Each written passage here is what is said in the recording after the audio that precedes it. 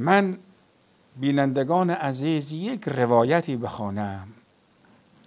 این روایت خیلی از سوالات ما را جواب میده، خیلی از سوالات را. عزیزان دقت کنند. و این که قضیه عاشورا ریشه‌اش کجا بوده اینم برای ما روشن میکنه.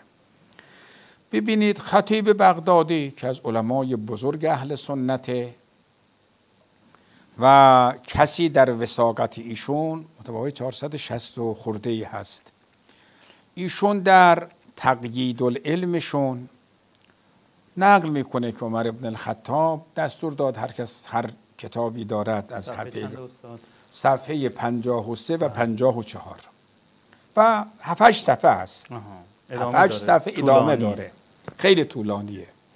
میگه آقای خلیفه دوم نوشت در تمام شهرها هر کس حدیثی داره از بین ببره.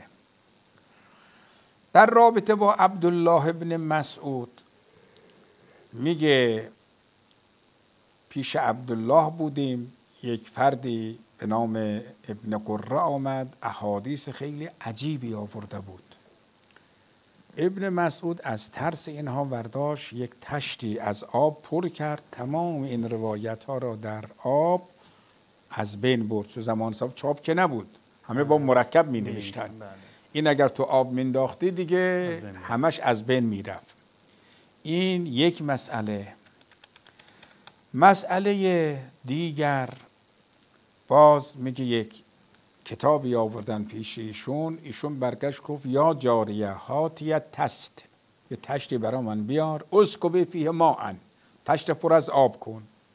و ایشون داشت تمام این روایت ها را از بین می برد. گفتیم بابا اینجا روایت های حسن هست، این از آن دقت کنن. فإن فیها حدیثا حسنا، روایت خوب توشه، چرا اینها را پاک میکنی؟ گفت که من میخوام مردم همه مشغول به قرآن بشن، مشغول به حدیث نشن. بعد میاد عبارتی رو میگه علقمه کتابی از مکه یا یمن آورده بود. این خیلی از مسائل رو حل میکنه. یعنی شاید این 4-5 سوالی که ما طرح کردیم خلاصه جواب خوبیه. میگه کتابی از یمن آوردیم، احادیثی در فضیلت اهل بیت بود. آمدیم بر عبدالله مسعود وارد شدیم، کتاب را خدمتشون تقدیم کردیم. گفت کنیز به کنیزش صدا کرد، گفت یک تشتی بیار که توش آب باشه.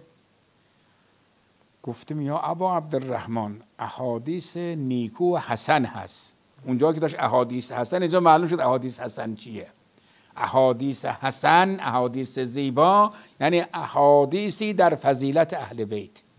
اینها را همه را شوز فجعل خلاصه یمثیها یا یمثیها، این احادیث رو با دستش داشت همینطوری مچاله می کرد و گفت برید خلاصه مشغول به قرآن بشید، خودتون رو با احادیث پیغمبر مشغول نکنید. پس معلوم شد اینهایی که آمدن احادیث رو سوزاندن، نقل احادیث ممنوع بوده، کسانی که حدیث نقل می کردن باید زندانی می شدن. احادیث مربوط به احکام، احادیث مربوط به مسائل حج و زکات و جهاد و امثال اینها نبوده. اینها همه احادیثی بوده چه در فضائل اهل بیت. ببینید